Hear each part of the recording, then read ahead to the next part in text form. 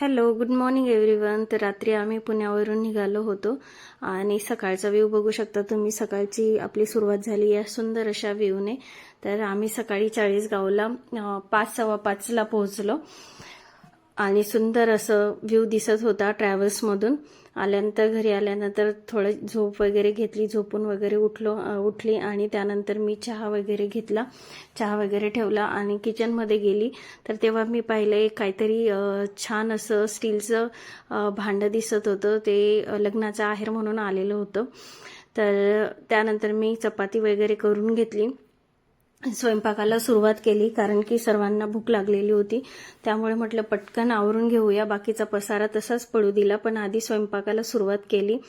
इकडे चपात्या वगैरे बनवल्या आणि त्यानंतर तुम्ही बघू शकता इथं हा पसारा असा सर्व काढून ठेवला आहे. जे जे बॅगेमध्ये सामान होतं ते मी राजवीच्या पप्पांना दाखवत होती. काय काय घेतलं, काय काय शॉपिंग केली, असं सर्व दाखवलं आणि सामान बॅगेतून बाहेर काढलं. आणि तेही गावाला गेले होते तर त्यांनी काही सामान आणला होता, जसे लसणाची जुडी आणली होती, आंबे आणले होते आणि काही डाळी साळी. त्यानंतर मी हे मशीनचं कवर घेतलं होतं, ते असंच मी अंदाजाने घेतलं होतं तिथं. तर म्हटलं चला घालून बघूया होतं की नाही, पण छान झालं, परफेक्ट झालं. तर छान वाटलं की मला तर टेन्शनच आलं होतं की नाही.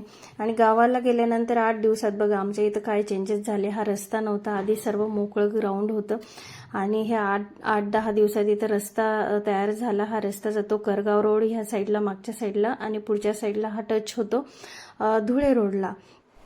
आणि इथं मी राजवीरला टेबल लर्न करायला बसवलंय, त्याचा हॉलिडे होमवर्क बाकी आणि टेबल्स लर्न करायला दिलेले आहेत त्याच्या मॅमने.